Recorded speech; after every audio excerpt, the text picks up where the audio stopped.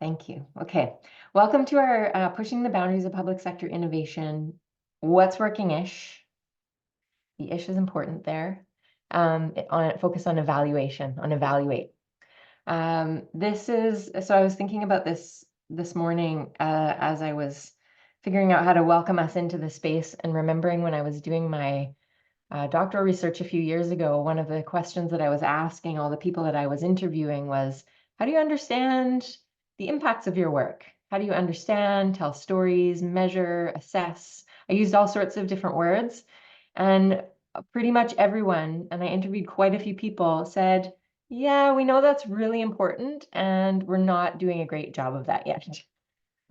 This is a few years ago now. I think that things have gotten a little bit better in that time, but it is tricky.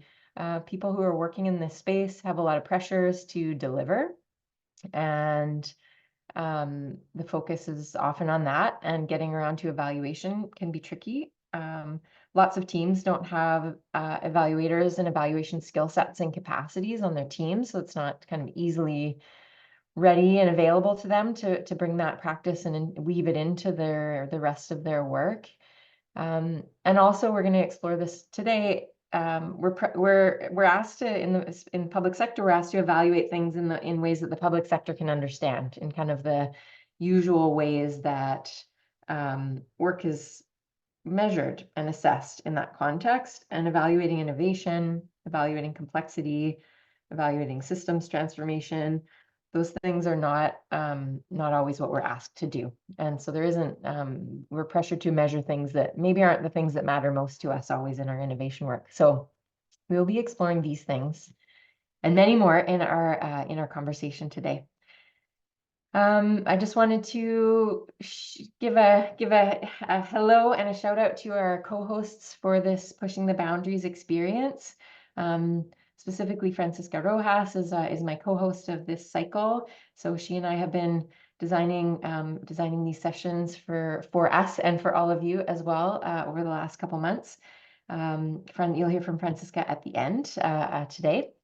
And Maggie and Lily are both here. Payvand is here, so it's good to have our co-hosts in the room, and Stefan is here. Good to have our co-hosts in the room.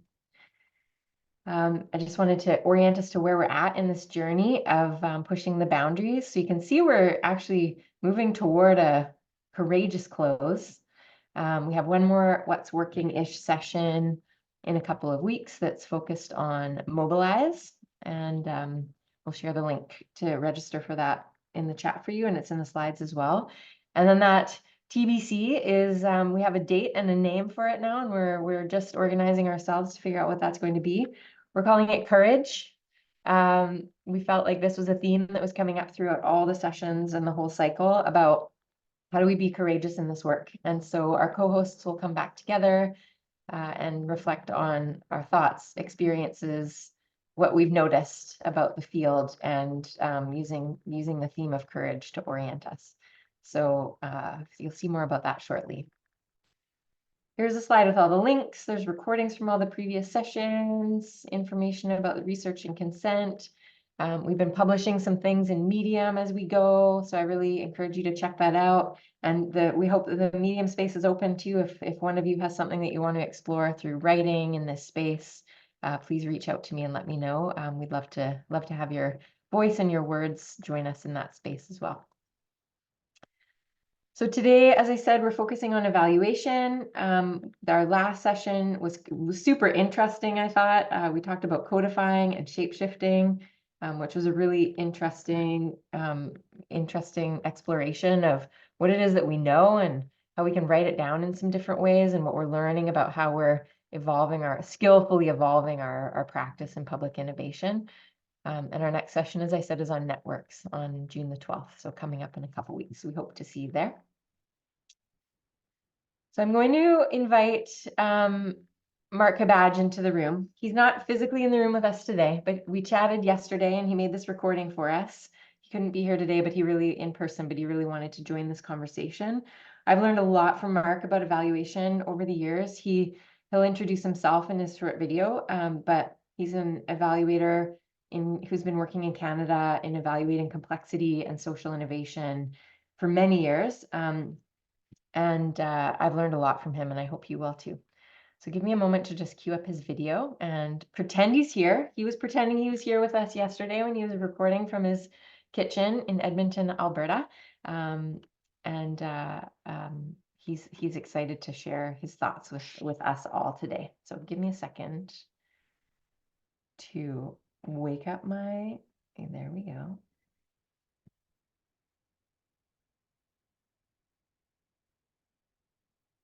And then Francisca, I can see you. So if everything, once I play it, if everything is looking and sounding okay, if you could give me a thumbs up, I'd appreciate it.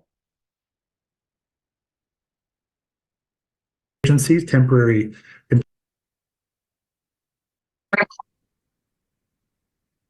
Hello, everyone. My name is Mark Cabaj. I'm joining you today from Edmonton, Alberta, which is in Treaty 6 country in Western Canada. I am happy to join you at the request of Lindsay Cole, who is a good friend and teaches me a lot about public sector innovation in general and change processes as well. And she asked me to share a couple of points on evaluating social innovation that have emerged for me in my practice, given that I've been evaluating and supporting social innovation processes for about 25 years. I won't go through my bio. That may not be necessary, and if it is, Lindsay can share that.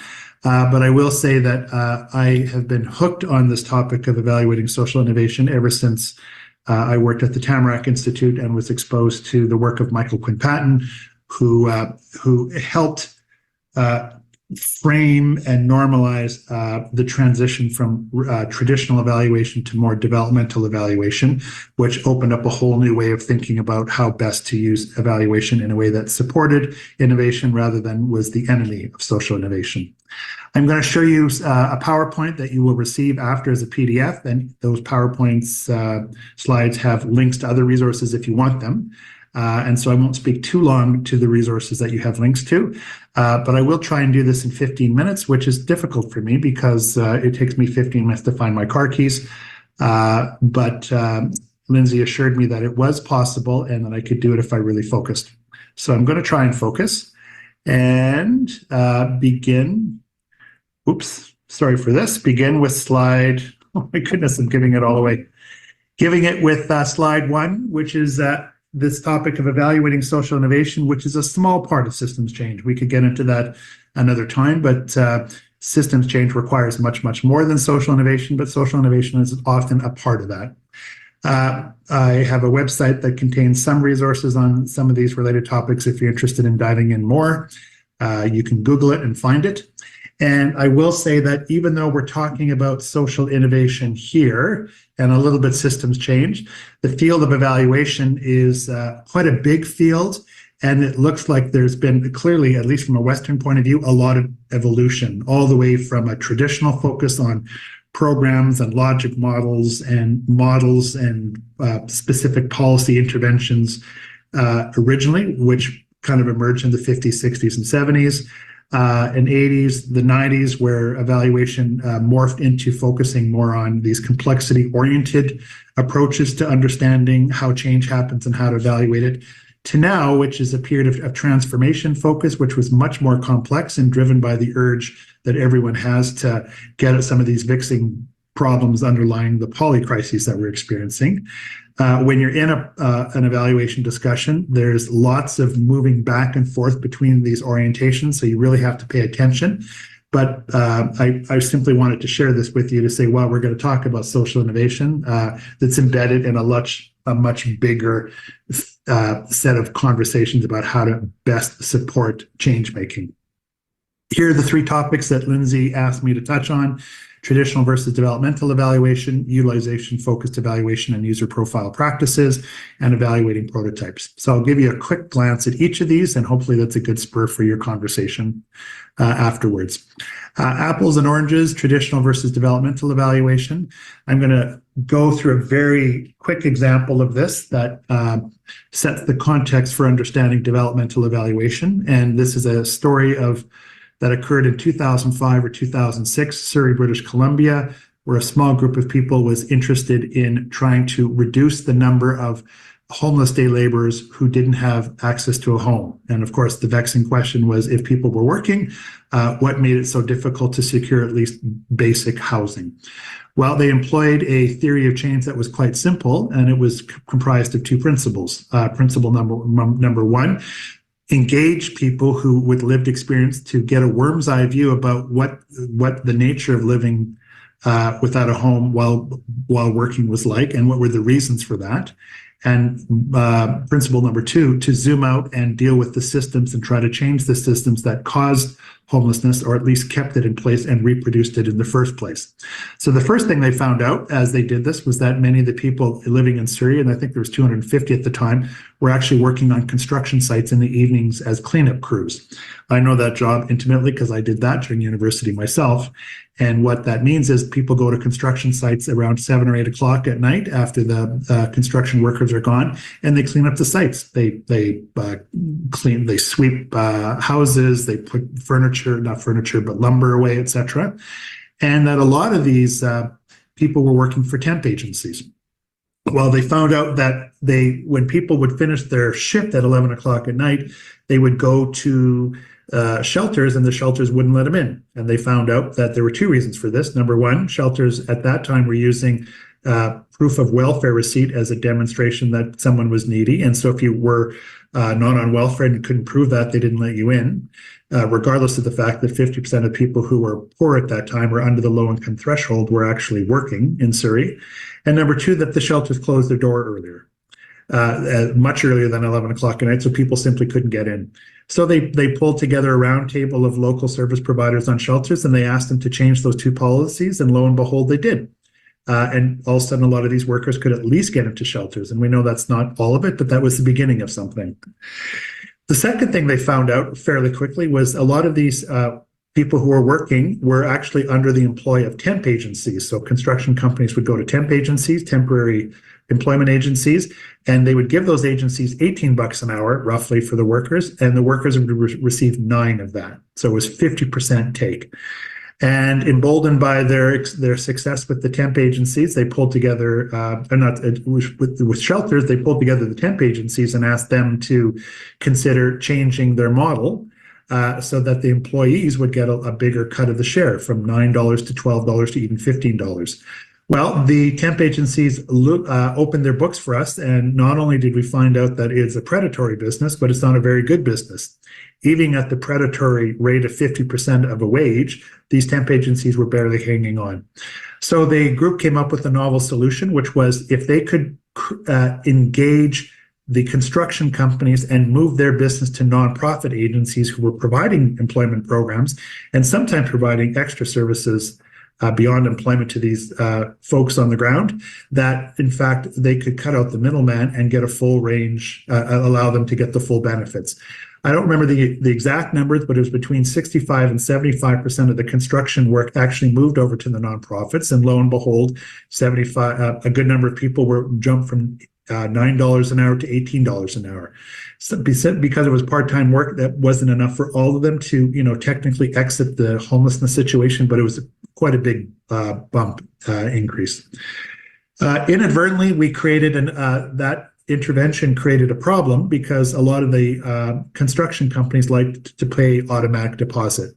And when they paid automatic deposit, that was easy to do with temp agencies, but it wasn't easy to do with people who were without a home because they didn't have a bank account. And in order to get a bank account, you needed an address. So once again, they tried to convene big system actors, including big banks, to say, look, here's the problem. Can we fix it? And can you come up with a systemic innovation to address this? And the big banks representatives said, we'd like to, but our systems are a bit too rigid. A lot of us have home offices based in Toronto, and we don't have the flexibility to adjust our service models and our fees. However, local credit unions, including Van City and some others, did have the flexibility to do that, and they created a line of financial products for people who are homeless or working poor. That story went on and on and on, and eventually the number went down from 250 to something like half of that, and the group eventually gained enough confidence to launch a larger poverty reduction effort. Now, the reason I tell you that story is because traditional evaluation is based on the idea that traditional interventions on a complex issue should look something like this. You plan the work and you work the plan, and if you have high fidelity to the plan, you are likely to generate some kind of impact and achieve your vision. In fact, that story reveals something that all of us know, that in fact, any effort to make progress on a complex issue looks something like this. And in fact, what happens is it is absolutely nonlinear, but it's full of all these developmental moments where some things work and some things don't, and there's constant adjustments and adaptations and shifts in the road. So adaptive responses, not linear responses, are necessarily participatory and multi-stakeholder. They have a lot of stakeholders involved, and no one stakeholder can impose a solution on their own.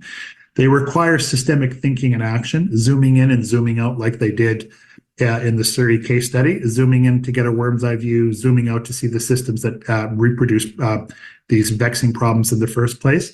And complex issues require experimental and adaptive responses, where we try things out, they may or may not work, and then we have to adjust. There is no way that we could evaluated the work in Surrey in a traditional way, because they didn't have a plan. They had some principles and some opening moves, and the responses emerged over time through a process of trial and error and learning. So this is point number one, that complexity-based developmental evaluation, which emerged in the late 1990s, was developed in order to provide an alternative to more traditional evaluations. And you can see the contrast here in the PowerPoint, and I'm not going to go through all of them, but this is a simplified version of developmental evaluation, but you can really see that all the elements on the left-hand side, measuring success against predetermined goals, definitive judgments of success or failure, designing the model on linear cause and effect models, trying to focus external accountability to some funder rather than internal accountability for all those change makers and people with lived experience who wanted change and wanted to do whatever it took to make change, even if that meant changing their model. All the way to the very bottom feature here, which I love the most. Traditional evaluation often engenders the fear of failure, and developmental evaluation is supposed to unleash or enhance a hunger for learning. There's lots of details here that come and practices with this idea of developmental evaluation, but really it's a mindset. It's an orientation distinction, a purpose distinction. It acknowledges that most change and social innovation initiatives are emergent and adaptive, and we therefore have to construct an evaluation approach that mirrors that or reflects that adaptability, so it supports rather than becomes the enemy of social innovation. There's tons written on developmental evaluation. If you only have one stop, please go to the Better Evaluation website, and it contains a lot of resources there. And I think as you read it, you will conclude, like many people, that developmental evaluation is not counterintuitive, it's just countercultural. We're literally still trying to shed some of the more traditional approaches to evaluation over time, and it's not that easy to do. But most of the stuff that developmental evaluation advocates is quite intuitive. 2, utilization-focused evaluation. Utilization-focused evaluation and developmental evaluation are awfully similar. And I'm going to make the distinction between a non-utilization focused approach and utilization focused approach with another little vignette, except this one's much quicker. This is a video about a micro-enterprise program that was developed in Bangladesh as part of the peer lending and the micro-lending movement pioneered by Muhammad Yunus and many of his colleagues in rural Bangladesh, that became highly successful, and it ended up being replicated in other parts of the world. This little video is 5 minutes long, and it actually explores the experience of trying to embed that innovation in the context of Brooklyn, New York. And I often show it before an evaluation session and ask people to evaluate it. And people come up with lots of different ways to evaluate it, different indicators, different methods, different questions, and they're all quite interesting. But I end up, after people spend at least half an hour on that, sharing with people that it's a fool's errand to ask people how to evaluate that program, because we don't know who the primary users of the evaluation are, what questions they have, what purposes they have, or what kind of decisions they will make with the answer to those questions, and do they have preferences for how the data is gathered, analyzed, and delivered. We often commit an active supply side evaluation. We see that something needs to be evaluated, and we assume there's one way to do it, or a right way to do it, or a one-size-fits-all way to do it. But if we looked at this case study more closely, we would get very different answers depending on the users. Is it Mohammed Yunus, who is in Bangladesh and wondering whether you can take a program that flourished quite nicely in Bangladesh and embed it in the different rocky soil of Brooklyn, New York? It's a different context, different culture, different institutional makeup. And Mohammed Yunus might be interested in saying what's working, what's not working, and what context and why in this program. Can you actually scale it, and replicate it in different contexts other than Bangladesh? It could be the program manager who's used to running programs in Bangladesh and wondering about pretty pedantic things like how can you get people to come on a Thursday night for the program? How do we improve efficiency rates in getting loans out? How do we create different languages for our program because the place is fairly multicultural and we can't just speak in one language? These are all operational evaluative questions, more kind of formative in nature. Maybe it's a big foundation who funded the microenterprise program. It is not concerned about replication. It's not concerned about operations, but it wants an impact evaluation now to decide whether to continue funding or to even scale the program to somewhere else. It might even be the Business Improvement Association down the street, where people are supportive of economic development programs, but they secretly think that this program is subsidizing other businesses and displacing existing ones. Different people want different questions answered, and in order to make evaluation useful, we need to embrace, I think, a utilization-focused approach. I'm going to show you a link on that right away, but a utilization-focused evaluation was developed in the late 70s and early 80s based on research findings that found out that most evaluations are not used. And the numbers, it varies quite a bit depending on the study and how you define use. But I have seen statistics as low as 10% of the evaluations are found to be useful by the people that they're meant to support in decision-making. Utilization-focused evaluation says, make use a central concern from beginning to end, how you scope it, how you engage in people, what instruments you collect, how you analyze the data, make sense of the data, facilitate the use of the evaluation after the data. It's literally a worldview shift that says, don't be a smarty pants if you're an evaluator and think that there's one way to evaluate things. Really engage yourself in the context in which evaluation findings are used and do everything you can to improve the chances that evaluations may meet basic standards, but that they're useful. Now, one of the techniques to do that I developed, but I think a lot of other people have their own versions of this, is to take a cue from the design world and create a user profile, where you say, if you're developing a program or service, why don't you develop that program and service for the people that it's meant to be used by, to be human-centric in that process? Well, the idea is pretty easy for evaluation as well. And it says, identify your primary users and ask them a bunch of simple questions. What are your evaluation questions? What kind of decisions will you make with those questions? What are your preferences for how we construct the evaluation and communicate its findings? And when do you need the findings?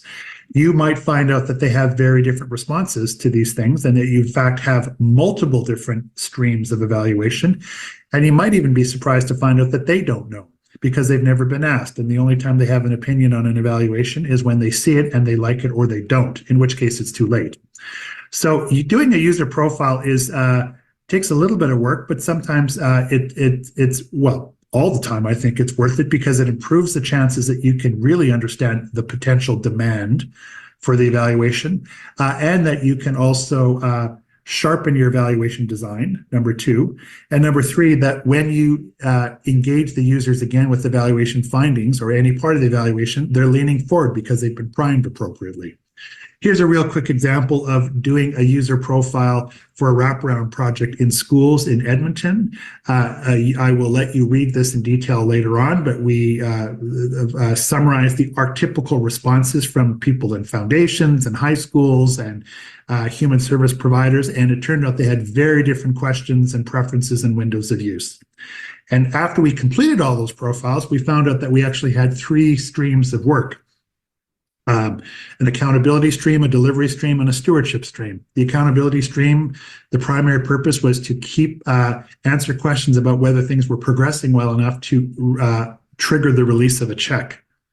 And they had very specific questions, and we actually had 3 different funders who needed slightly different things. The delivery stream was people on the ground in schools who actually needed site-based information in early April or May to help them do program design and planning for the following year. That was its own circus. The stewardship stream was about how do we evaluate this program in 12 schools and potentially get it ready to go into 300 schools. And so they were asking scaling questions, things like what is our model, what parts are common, is there a less expensive version of this model, what are the contexts in which it's worth doing or not? Is it worth scaling overall? Are the results worth it? It turned out that in the early days, we only had enough time and energy to do the accountability stream and the delivery stream, and we chose to do the stewardship work informally for the first 2 years and to devote more resources to it in year 3 when we had a little bit more findings from the other 2 streams to help inform a scaling evaluation design. So this idea of utilization-focused evaluation, number 2, again, is not counterintuitive. It's just countercultural. And there's lots written on this. Michael Quinn-Patton just released a new book on it. But if you go to the betterevaluation.org site, you will find a lot more tools and techniques and tricks that are useful in embracing a utilization-focused approach. The last topic is evaluating prototypes. And this is an interesting topic because a lot of people are using this language now. I'm going to share a couple highlights from a resource that we did with Social Innovation Canada, for which I was the lead writer, but there's a lot of people involved. And so the resource is sort of like one of those typical resources developed by a committee. There's lots of ideas, maybe too many to absorb, but clumsily reflect some sentiment in the field. And I'm going to go over a couple of these ideas now and end with a qualifier about how much more work we have to do on this topic. But prototyping is becoming is now a big tactic in social innovation work. And so we should learn a little bit more about how to evaluate that. So prototyping itself, many of you know, is really an idea that comes from the Greek, actually. It means first, early form, or primitive, or an impression of a thing. And the idea is that the prototyping is trying to take ideas and make them tangible, whether the idea is, as suggested on the sidebar here, a new collaborative granting process that we will role play to see if it might be useful, some little early technical tests on putting a small scale experimental windmills on a house and seeing if it's technically feasible to do it, creating a mock-up neighborhood that's more walkable in a city in Dallas. There's a great video on that. Or dealing with trying to create a social media campaign with different techniques to help people address manifestations of racism when they happen in public places. These are all real case studies of people using prototypes. And so the idea is prototypes are small bets, experimental bets, before we make big bets on deeper pilot projects or even decisions around whether to sustain or scale something. The it that we're trying to assess doesn't exist yet. We're assessing its potential. When people do prototyping, there's lots of different kinds of outcomes, and here's an older version of what that might look like.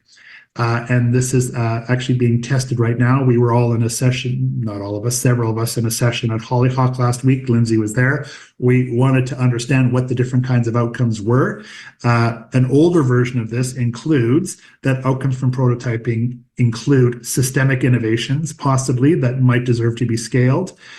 Building the agency and sense of commitment and empowerment of citizens, and improving connections and relations between people in the community, including people who don't often spend time together. It might be much more than that, but this is the splatter of benefits that emerges from social innovation prototypes. And all of them are worth tracking and understanding in terms of outcomes that warrant investigation. However, it is important to remember that prototyping is simply a tactic in a larger process of social innovation, which is part of a larger process of systems change. And prototypes are actually just an early stage in the process of developing and testing an innovation that might warrant further investigation, that if that proves successful, deserves to be scaled, sustained in a context, and even scaled in a way that generates systems change. But all innovation prototypes are trying to ask us whether or not the idea that we have that might be a fruitful response warrants further investigation to take it to the next stage, in this case, 5, 6, or 7. And this means, Lindsay and I have chatted about this before, that innovation success in prototyping is, can we get a lot of learning packed into different processes with not a lot of time and resources? What can we learn about the merit of a potential idea relatively quickly in a low cost, low risk way in order to tell us whether we should double down and go even further? Does the brainstormed idea warrant getting to prototypes, which make things more tangible? Do we learn things in a prototype that suggest maybe we should go to a pilot or demonstration project, or even skip it entirely and get to sustained innovation, or even start scaling an innovation? And we always have questions about this. After you test a prototype, do you pivot and persevere? Did you learn enough to say, it looks okay, but we actually need to adjust it again, and we might want to continue to test an idea? It wasn't as good as we thought the first time. Do you double down on it and proceed? Or do you stop and celebrate the learning and move on? This is important to know for 2 reasons. Number one, prototypes do not generate impact. They generate learning and maybe empowerment and other things, but they are sort of pre-impact in their orientation. Do they suggest that we might have an impact, or that the chances are good? But we only really know true impact if it gets to the pilot or sustained or scaled innovation phase. That's important because evaluation should be adapted to the purpose of the tactic we're assessing. In this case, prototypings are for learning. Number 2, most ideas will not make it to the pilot, sustained, or scaled innovation phase. Sarah Schulman, who is a great Vancouverite, uses an example of the Dyson vacuum cleaner and reminds us that it took 5,200 prototypes to come up with the Dyson vacuum cleaner that is so successful today. Most innovations, prototype or innovative ideas that are prototype will not make it to the next phase. And it is important to understand that, because we're going to have to let go of most of them. That is success in evaluating prototypes. I'll finish this by saying there is a lot of work going on around evaluating prototypes more thoroughly. And the guide that I just summarized here is a partial contribution. But here are some things that we said on a social innovation call not long ago about other things that need to be assessed when we're talking about assessing prototypes. The guide that I summarized here is really a kind of a prototyping from a design approach. But there's a lot of prototyping that takes place in places like living labs, et cetera, that are more emergent and organic in their approach. And this guide seems a little bit too rigid for that. So it doesn't really cover that. There's lots of work to talk about prototypes that are non-tangible, like more inclusive board governance models. We don't really know how to do that. We're used to prototyping things. There's lots to learn about how prototyping, the process of, nudges and disrupts systems to get system actors more ready and permeable to taking on other and novel ideas, and even shifting power dynamics. Tons of stuff around the effects of prototyping on participants. In fact, participant outcomes tend to be the most dominant storylines coming out of most social innovation lab discussions. Et cetera, et cetera, et cetera. I could go on, and this is only a partial list of additional things we need to do. But if you're interested in evaluating prototypes, just Google that, evaluating prototypes, and you will find a lot of different resources. The one that I like quite a bit is from the Mars Solutions Innovation Lab, a living guide to social innovation that lives online, and they have some very nice things on prototyping. That is the end of the 3 ideas. I think I'm a little bit over. I apologize. I couldn't go much faster than that, but hopefully it's a useful contribution to your work. And I would like to thank Lindsay for inviting me into your special space to share that.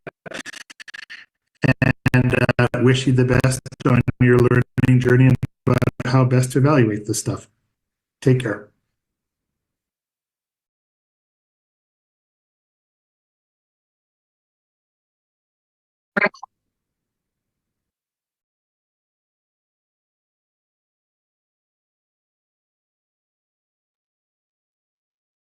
Mark Cabaj, everybody.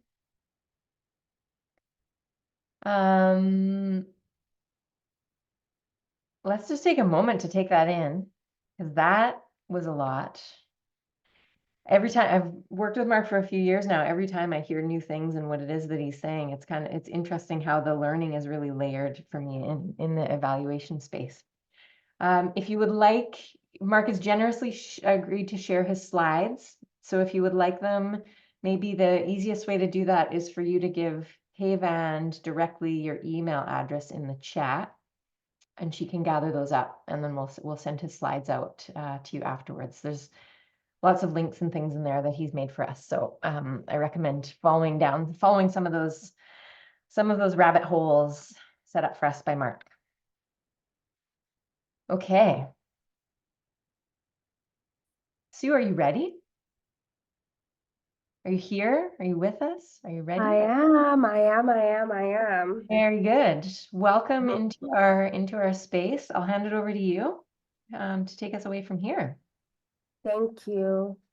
Thanks. Hi, everyone. My name is Suzane Muhereza. You can call me Sue. I'm currently working with UNDP's Strategic Innovation Unit. And I'm just going to give a very brief intro about who I am and what we do, and then launch into today's chat. So the UNDP Strategic Innovation Unit is working on new ways of doing development that build countries' capacity to deliver change at scale. So we engage with the move towards systems interventions or systems change strategies, which is what UNDP calls the portfolio approach. And in the Strategic Innovation Unit specifically, we are working on a related move towards innovation-oriented and complexity-informed programming. So as part of that work, UNDP has set up a MEL sandbox to nurture and learn from new ways of doing monitoring, evaluation, and learning that are coherent with this complex nature of the challenges that the world is facing today.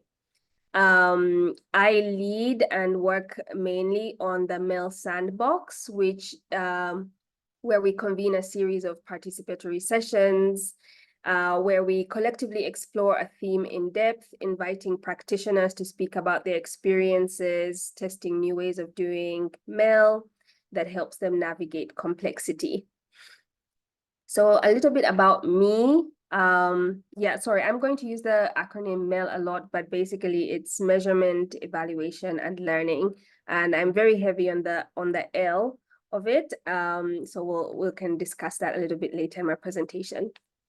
A little bit about me. I am a MEL practitioner. I'm based in Uganda, in Kampala.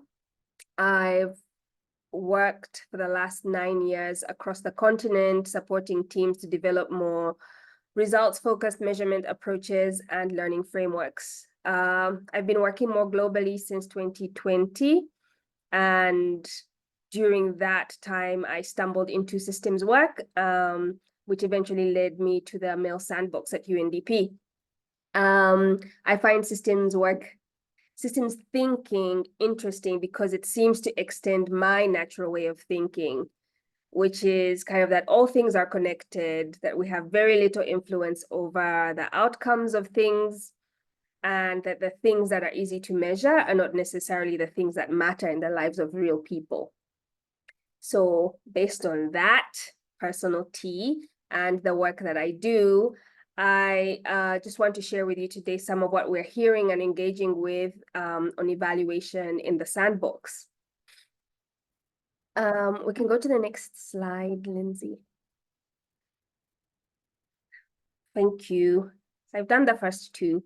The next one, the next piece that I want to chat about is thinking about one's MEL practice. So I don't know if there's any evaluators or MEL practitioners here, and when the last time was that you asked yourself questions about how you engage with the work and how you show up as a practitioner or as an evaluator in the space. some of the discussions that we're having in the sandbox is around how our training and the design of interventions, which we all know really oversimplifies how change happens and focuses really narrowly on singular interventions. And we're asking questions around how this affects and is perceived by the communities in which we work. So more and more colleagues are doing work on thinking around their individual evaluation practices, asking questions around power, around equity, around interconnectedness, and the wider ecosystem in which we do evaluation. And I think this is important and necessary to take a step back and think about our role and how we show up in the practice in order to support a shift towards a more complexity-aware male practice. So I'm going to share some thoughts, and I have a short list of resources that I will share with Lindsay and the team to circulate for anyone that's interested in diving into some of these ways of thinking. So when we're thinking about evaluation and complexity-aware monitoring, evaluation, and learning, it's probably helpful to be clear about why we measure, for whom we measure, what counts as evidence, and how to measure the things that are hard to measure. So evaluation in the classic understanding is broadly refers to any systematic process to judge merit, worth, or significance by combining evidence and values. However, our experience, or my experience, and some of the conversations that are taking place in the sandbox reveal that evaluation is often understood in more narrow terms as an activity that seeks to determine the merit or worth of an intervention, which positions evaluators as experts, and experts that are ideally removed from the intervention so that they are more quote unquote objective in producing this judgment. And Emily Gates has some really interesting writing and positioning on this role of evaluators. However, as we're doing more complexity-aware work and engaging more systems thinking, we know that there is a growing demand and use of a family of evaluation approaches, including the developmental evaluation that Mark's spoken about earlier, and principles-focused evaluation. And these processes emphasize learning about how outcomes emerge along unpredictable impact pathways, with the intention of feeding learning back into implementation, not only as a judgment on the quality or value of the intervention. And then looping back a little bit to that earlier thinking about the male practice, if we are aware that M&E serves different purposes for different types of stakeholders, so communities, funders, project managers, not just commissioners, not just the people that commission evaluations, and that these M&E needs differ depending on how much uncertainty and complexity we're dealing with, then we can design evaluations that are more appropriate for those situations. We also need to think about what MEL is about. Is it about a domain where causalities are relatively simple, or one where dynamics and causalities are complex and contextually embedded? And a MEL that is about the way things turned out as shaped by actors, actions, interactions, emergent patterns, and how this affects the context for future decisions and actions. So if it's the latter, if it's the more context-heavy and complex MEL, then we need to design the appropriate tools and evaluations for that, which is what we call complexity-aware MEL. The reason I'm emphasizing this is because the tendency in Western thinking, and this is speaking now personally as an evaluator that lives and works in Africa, is there's a tendency to swing from one thing to the next, whereas I think that there is still value in, so there would be a tendency to swing from more intervention-focused male practices and processes to everything is steeped in complexity and we cannot know what the future holds and we cannot determine outcomes beforehand. And I think that there is value in accepting that we're still straddling both worlds, that there is room for a practice that is more focused on interventions and on accountability and compliance, and there is space for a more complexity-aware male, and it's in the shift that we do the learning and that we become more innovative and open to a mix of methods. So we are aware that when we're engaging with evaluators in the sandbox, we are hearing about how in the context of systemic learning-oriented and adaptive programming, there is no obvious evaluation design. So as Mark pointed out, there's no linear predetermined outcome onto which you could map an evaluation design. And so when we are in these complex systems-aware processes, we would then work with programmers to choose and tailor appropriate designs from a variety of options. And this is where the work of Emily Gates and Kathy Sharp becomes really interesting because it's encouraging evaluators to take on a more expanded role. So not just technical experts that are removed and coming in at the end of a design process, but really thinking about what combination of ways of knowing is useful for helping us to learn about interventions and how we tackle what we call wicked problems. So evaluators working in conditions of complexity need to evolve their designs as outcomes emerge and as assumptions about causal links are clarified, and as learning agendas are reshaped along the way through collaboration with stakeholders. So this is a new ask for evaluators, where instead of working independently, we are being asked to engage more iteratively with programmers and with other stakeholders in order to find a variety of methods that give us that reveal new ways of knowing. And exploring these uncertain impact pathways requires navigating difficult methodological choices and managing across distinct and at times contested fields of practice, thinking about politics and power, which again leads us back to this, what combinations of different ways of knowing is going to be most helpful. And it requires evaluators to be wearing not just the hat of a judge, but really of an embedded facilitator and co-learner in the space. It talks about asking new kinds of questions and engaging as a participant in these interventions to solve deeply entrenched problems. So one interesting thing that I've heard recently is about what kind of skills do we then need to have if we are to expand our role as an evaluators, think about asking new kinds of questions around the how of things, around which stakeholders are involved, questions around what we will miss out on if we follow path A as opposed to path B.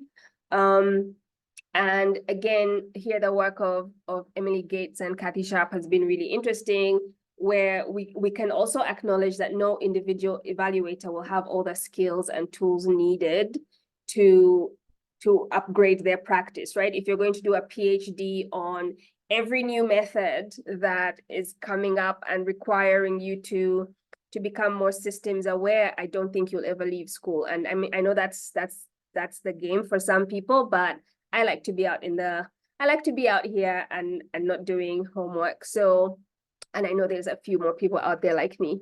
So what we are actually seeing is more collective action and collaboration. And and really looking at the evaluation practice as building teams of evaluators that have different sets of methods and expertise so that there is more choice and not relying on one individual on individuals to have it all. And I'll be curious to hear what people's thinking is around that, or what responses you have around that, because again, the classic model of an evaluator is usually that they're a sole individual that comes in and makes these judgments and determinations on the merits of an intervention. And saying that evaluators need to work more in teams, it has its challenges. Sorry,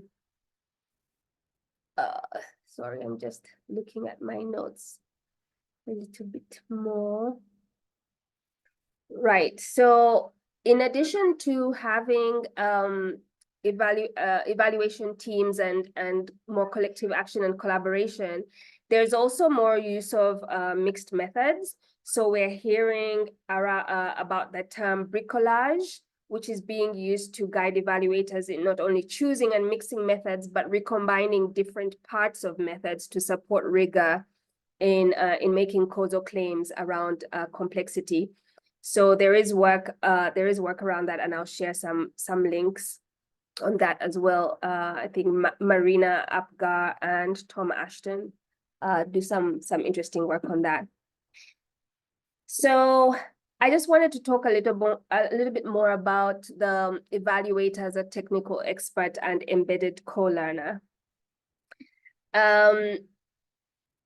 So in many of the approaches that we're discussing at the sandbox, the role of evaluation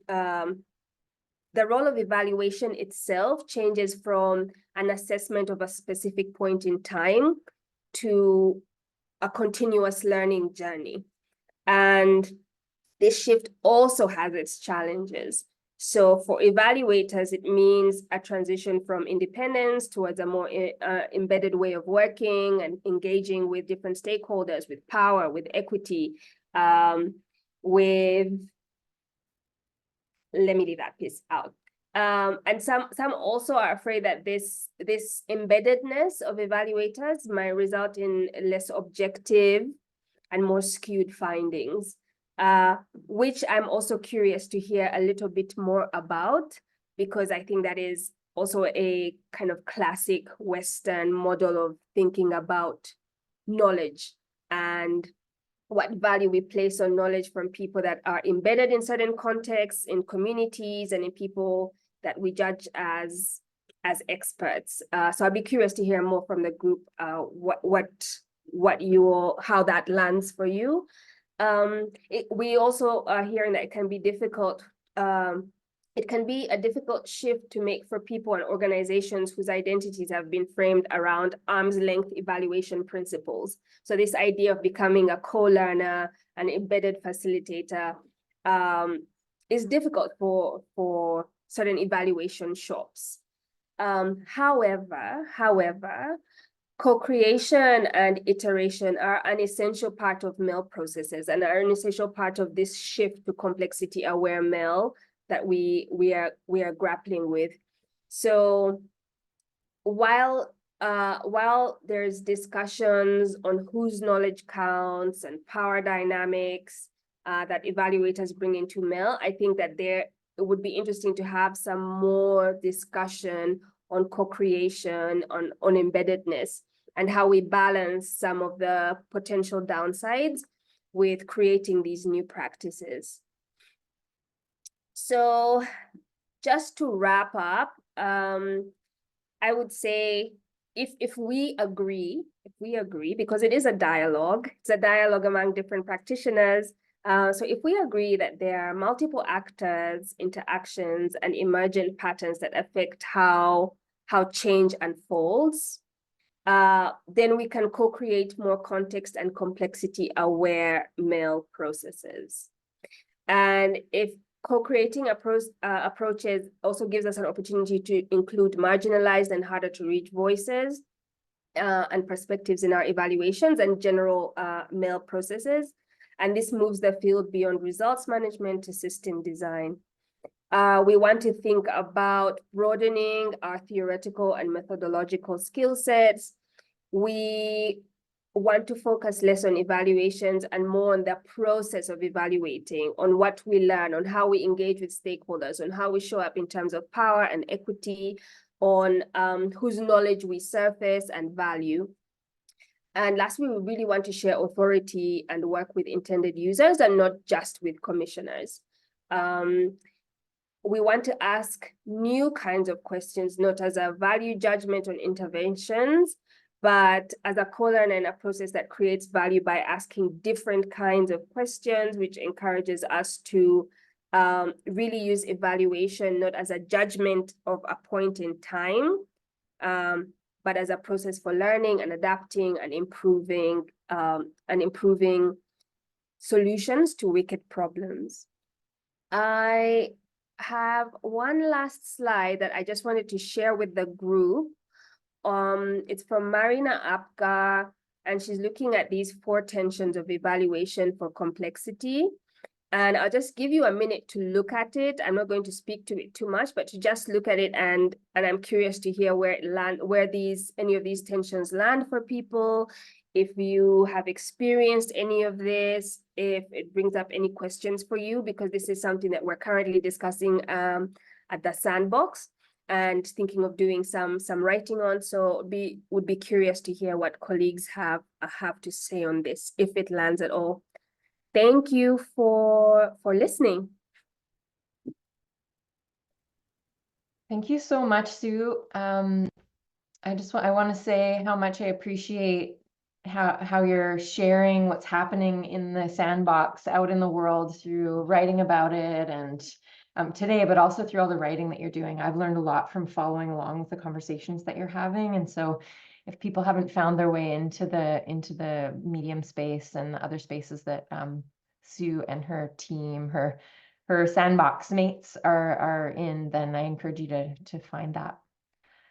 So we want to give you a moment for digesting. Maybe Payvand, you could drop the editable slide link into the chat again one more time for us, for those folks who joined a little later. We want to give you just a moment to reflect on what some of the things that you've been hearing and listening to and thinking about as it relates to your own practice. And then we're going to give you a quick 10, 12 minutes to just chat with a few other people here for your own sense making and connecting time. So our prompt is, what are some of the ways that you're understanding and telling stories about your transformative impacts in your work? If you want to pick up on another theme, we heard so much richness from Sue and from Mark. So if you want to pick up on something else that feels really resonant for you right now, then please feel free to do that. We just wanted to give us a brief pause to write some notes in here on your own piece of paper, and then we'll send you off into some breakouts for a quick chat.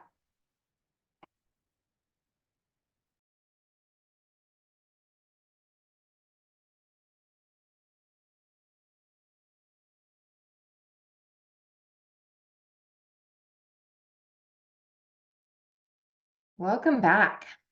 Where's Francisca? Is she here? There you are. Over to you. Great. So thank you, Lindsay. And now kind of for the last few minutes we have together, Tomas and I are going to share with you kind of our thoughts as respondents to what we heard from Mark and from Sue. And I think also maybe taking into account some of the thoughts that you all jotted down in the slides. So I will pass it over to Tomas. Please introduce yourself, and we're eager to hear your thoughts. Thank you, Francisca. I'm Thomas Delahais. I'm an evaluator in France, in Paris. This is where I got this outrageous French accent. I work in a worker-owned cooperative company, which is called Quadrant Conseil, specialized in evaluation, and working especially in the evaluation of what we call socio-ecological transition initiatives, which are these initiatives either coming from the field or from local authorities or other levels, which try to transition away from this society, but which don't know what a desirable future looks like, and which don't know actually how to get there. So a lot of trial and error and trying to find their ways. I liked a lot the two presentations. I fully agree with a lot of the things that have been said. Perhaps to give a point of view of someone who is an external evaluator, who is commissioned by people to do evaluation, and to give a little more political point of view here.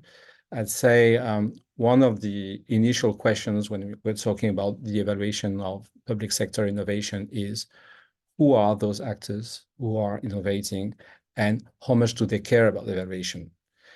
In my context, the answer is not so much. Actually, they very often think that evaluators are part of the problem rather than part of the solution. So when we're talking about how we could discuss about the impact and what works or what's working-ish in public sector innovation, we have a very first step in our theory of change is, how do we get to these people, or how do we convince them that actually we can be useful?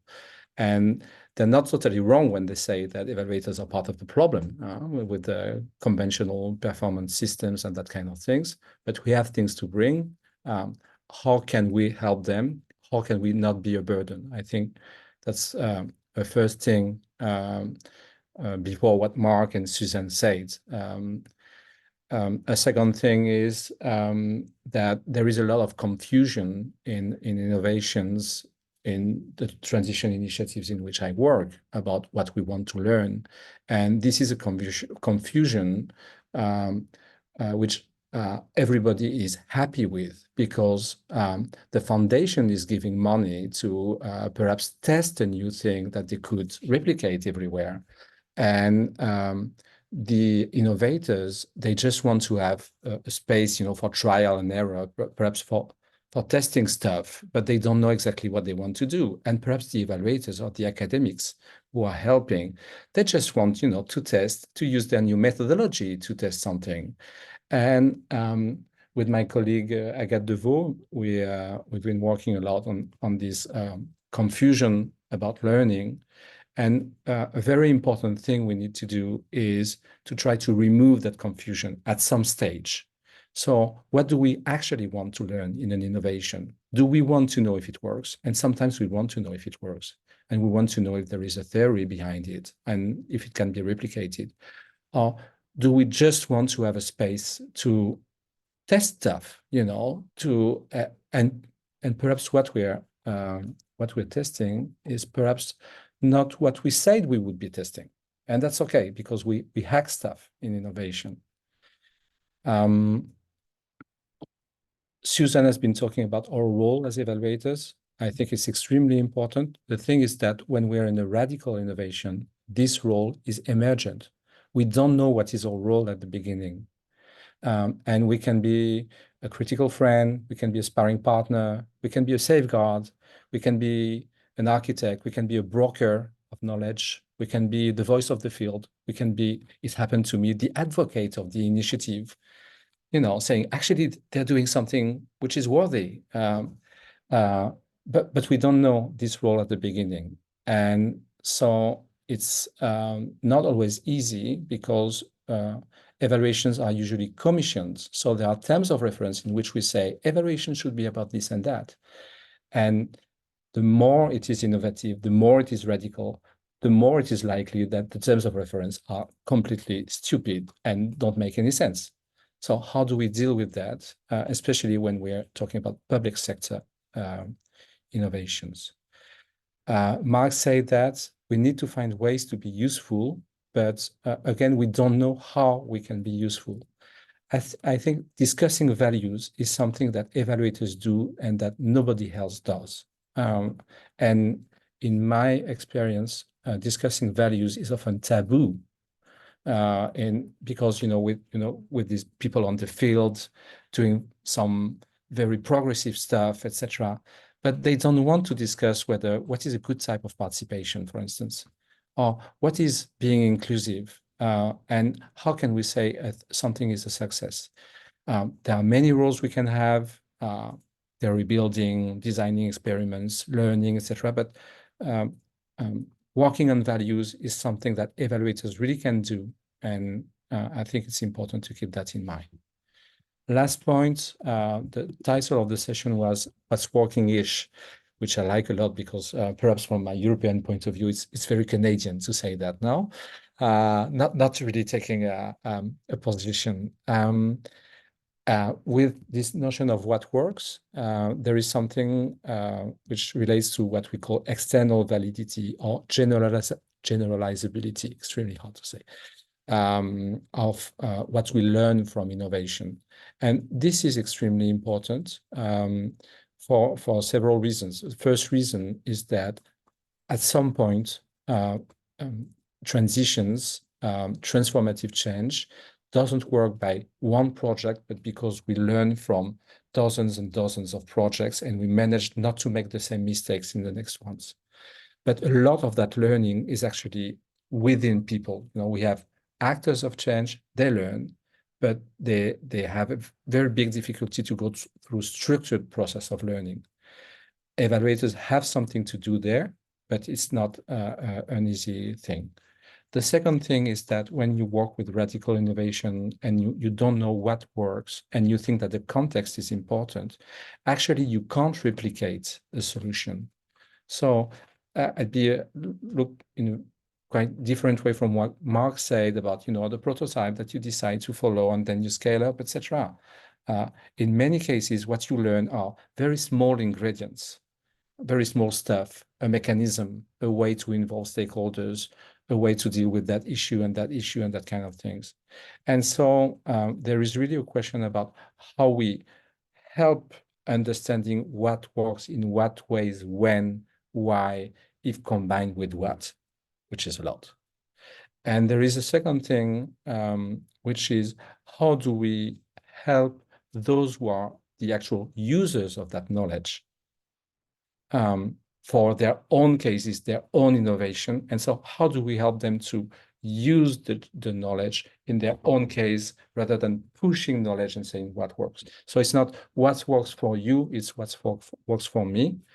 And there is probably a job or profession to invent here to do all that. That can be the subject of another discussion. Thank you, Thomas. And I will add in maybe 1 minute my thoughts. Before coming to the Bloomberg Center for Public Innovation at Johns Hopkins, I spent 10 years at the Inter-American Development Bank, one of these multilaterals, where I definitely identified with, what Mark and Sue were talking about. I had to design programs in the urban sector with SMART goals. It was always kind of I think the most heartbreaking part of the job, because we knew that there were certain interventions, particularly, for example, in the urban upgrading programs where, there's basic infrastructure into neighborhoods that didn't have any before, where we knew that the impact was substantial on public health, on livelihood, on environmental quality, a number of things. But getting to those indicators, right, and demonstrating impact was, really difficult for the executing agencies to actually demonstrate. But, the minute you walked in those neighborhoods, the mothers would tell you, my kids can go to school now because, they don't get their boots muddy. And so listening to Sue and Mark, I think gave me a great deal of relief in changing this kind of conception of evaluation as, from impact to learning. And I wish I had had this conversation 10 years ago when I was responsible for developing those programs, because I think it really would have, I think it would be difficult to do that, that kind of mindset shift within the type of organization that I was in previously, but to kind of change the perspective towards learning, given that these programs are, have development goals. Development as learning is such a, I think, impactful element of that work, because you're not funding, countries aren't going into debt to do the same things they've done in the past. So in a sense, it is an element of innovation. And And so I was just thinking about a paper from last year, I think, from the urban planning space that talked about how kind of one of the greatest barriers to these transformations that we are all struggling to advance. One of the many barriers to these transformation includes the failure to kind of embed and disseminate learning in the process of experimentation and the process of innovation, with that eye towards long-term change, kind of the diagram that Mark showed us, right? That it's not linear, right? We know it's not linear, it's very iterative. And so, when Sue was talking about, what MEL for learning really involves in terms of the, broadening the scope of methodologies, it's not just going to be kind of a quantitative accounting exercise of, kilometers of paved roads, but there's kind of the internal learning that Tomas was just mentioning. I think really helps for the work that our center is starting to do now with innovation teams that, as Lindsay was saying at the beginning, don't, have an interest in understanding kind of what change they are helping be the stewards of, but not much practice, right, and really able to make sense of that change, particularly as these are, in the public innovation space, more difficult to sustain and justify to kind of who your user is for the evaluation, right? So then how do you target your user to be able to move along that continuum that Mark showed us from prototype to sustaining to systems change, right? And so I'm so grateful for this conversation. It's given me a lot of optimism and kind of a way forward in that transition away from, the traditional frameworks to this more learning oriented and understanding learning as impact. I think somebody said that in one of the comments on the slides. We are way over. So I'm going to quickly preview our next session. Join us June 12th. We are going to be talking about networks and how learning happens through networks in public innovation. And we have two really wonderful speakers.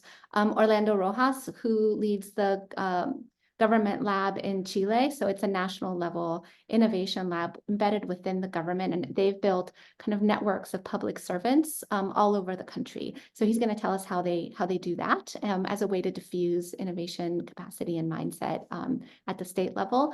And then my colleague, Justin Ensminger, who leads the innovation practice here at the center, he's working with, I think, about 50 innovation teams in different cities. So he's going to give us the perspective of how you do kind of learning networks at the subnational level. So thank you so much. Anything else, Lindsay, for now? This was a great conversation, and I'm really looking forward to continuing this portion of our work with all of you, and we will see you in June. Thank you. Thank you, Sue. Thank you, Mark, Thomas, Lindsay, who all spoke, and all of you for your wonderful thoughts.